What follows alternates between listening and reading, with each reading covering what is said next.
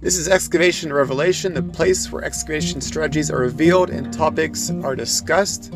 My name is Chad. This video is part 2 of 23 entry-level excavation job ideas for 2023. It will show you the remaining 11 job ideas. If you missed part 1, click on the link in the description, or at the end, it will show you the first 12 job ideas.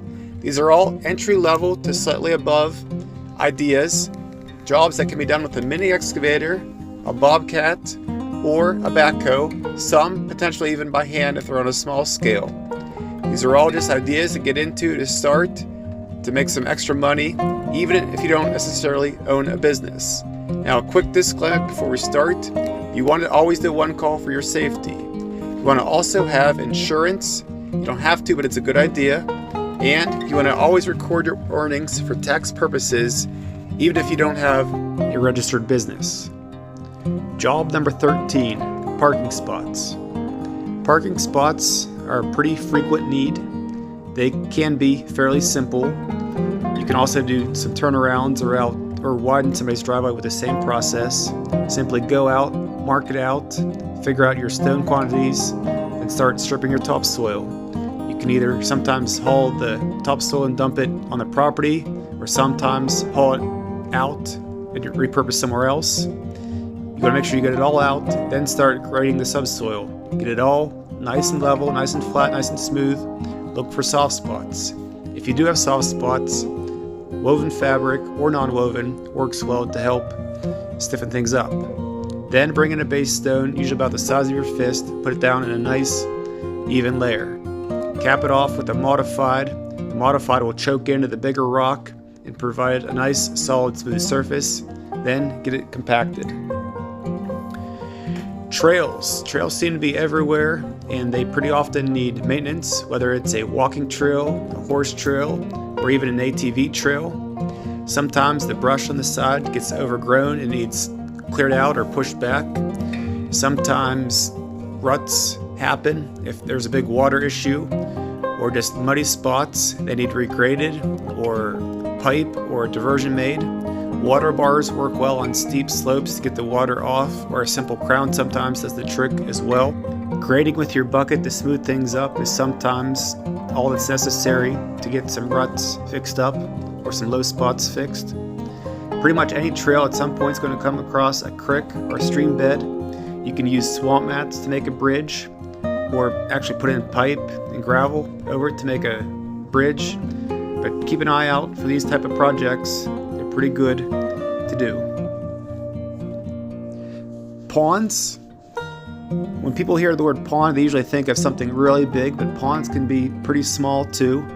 Whether it's a fish pond or a duck pond, or just kind of a pond like this, you can put a bench up and just use as somewhere to sit and relax. The biggest thing is just finding a source of water that's going to feed into this pond.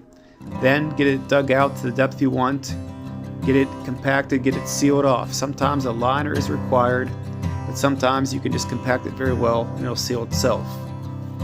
You want to put in some sort of overflow drain, a pipe or a spillway, to make sure that the water never washes out over the breast.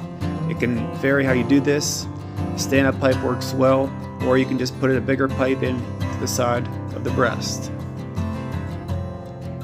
A laser level comes in handy for these to make sure that the breast is even all the way around. General landscaping is a need that is always out there. Sometimes a park or a homeowner or a commercial property just needs some things freshened up, whether it's rocks moved around or an area graded differently or a sign or something moved.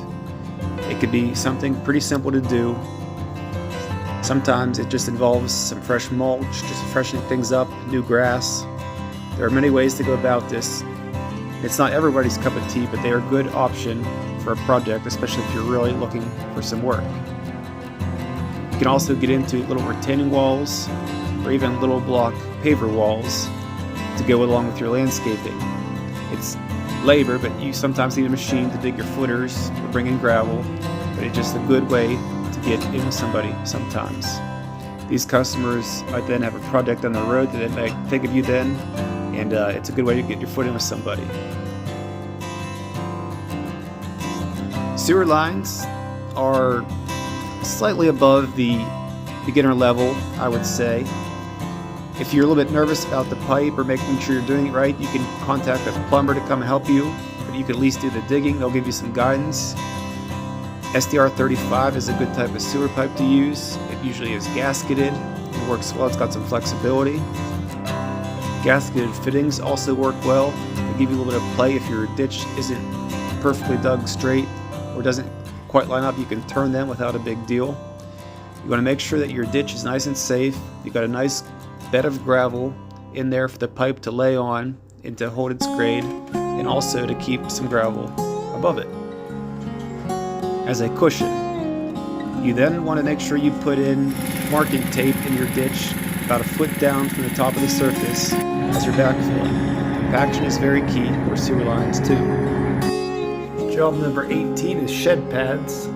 These job ideas are in no particular order, by the way.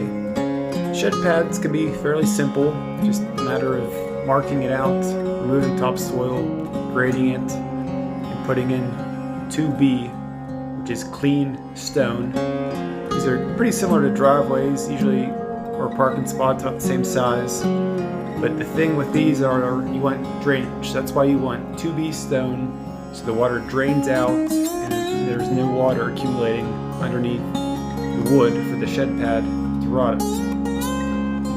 Normally, depends on the size of the shed, but you want to go about a couple feet over dig for a nice barrier around it. Then you can bring the topsoil up around. You also want to calculate the distance from the finished floor of the shed down to the ground. If you have to meet a structure, say a driveway or a concrete pad, keep that in mind. Brush hogging. Brush hogging can be done with a skid loader or even with a tractor, even if it's just a small little 4-foot mower or a bigger batwing. Tractors work really well for brush hogging. There's always a need for brush hogging. If you do have a skid loader, especially on tracks, you can brush hog some places a little bit more steep and a little bit harder to reach. Otherwise, a tractor works just as well if you have access to one. When I say brush hogging, I'm just meaning weeds. Nothing, no saplings, nothing heavy duty. These are just jobs you can just go over at a fairly fast pace. Usually one time makes a nice clean cut and you're done. If it's a little bit thicker, then it gets a little bit more involved. But these are pretty much just jobs for grass, fields that have just been not cut for a while, or a property that somebody just doesn't have the equipment to maintain, essentially. Planting grass can be a project to try. Usually a skid loader works well for this, or a tractor with a tiller or some sort of attachment to work the ground. Usually you want to get it ripped up, making sure it's nice and loose, and then go over it with a rock hound. The rock hound will pick out any rocks that are left over. It'll also do a nice job of leveling up any spots that are uneven. If you go back and forth, different directions, it'll make for a nice uniform finish. But even if you don't have a rock hound or anything, just take your bucket, scrape up the dirt, move it around, make sure it's loose, and you can hand rake it. Especially if it's a smaller area, you can hand rake it without even a piece of equipment sometimes. You just want to make sure that that seed bed is nice and loose for the seed to germinate. Then just get a seeder, go get some seed, some fertilizer, make sure it's spread nice and uniform, put some straw down over top.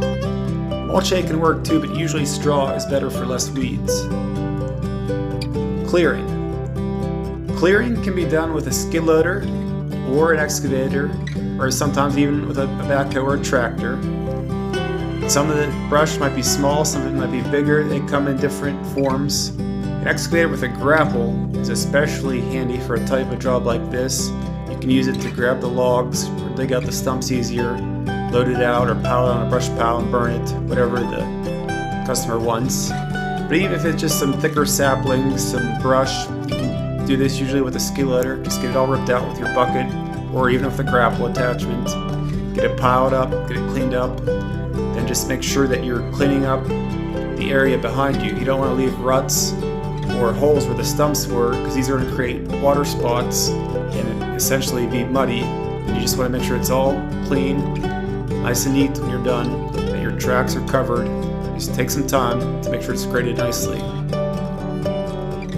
Pads for playgrounds or pool areas are also some good options for some jobs.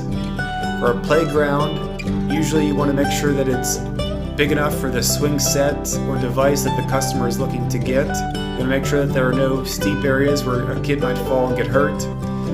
Then, depending on what the customer wants, you can maybe put some mulch down or just leave it bare and they can do it, just so you're grading the pad so that the water sheds off. A pool, an above ground pool, is also an option to get into. It's essentially just a level pad that you're making, and the customer can then either have sand put down or something that's soft so that the above ground pool with the liner is not going to rip or tear.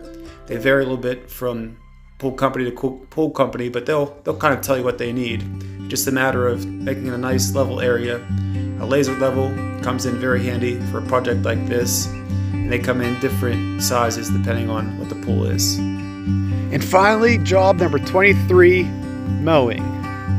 Now this isn't really excavating exactly, but it can open up some different doors for you, so it's on here for a couple different reasons. One, especially if you're looking to get into property maintenance or a land management company, this might be a good option for you. Another reason it's on here is when you're first starting out, you're not necessarily going to be super busy. So if you have a mower and a little trailer or even your equipment trailer, you could use up some of your free time going out and mowing lawns to keep the workflow flowing. Then, if you get too busy, you can always pass this off to a younger helper or just bypass mowing altogether. But it could also make some connections and open up some doors for you with some customers. It can be done residentially, it can be done commercially, and will produce steady work. Well, that concludes the 23 jobs for 2023. Of course, there are many other job options out there, but these are just 23 different ideas. Hopefully you benefited from watching this. Maybe a light bulb went off or an idea came about. Naturally, there are many other job options out there. If you know some, feel free to list them below in the comments. Somebody will surely benefit from that. If you missed part 1, make sure you check it out. See you next time.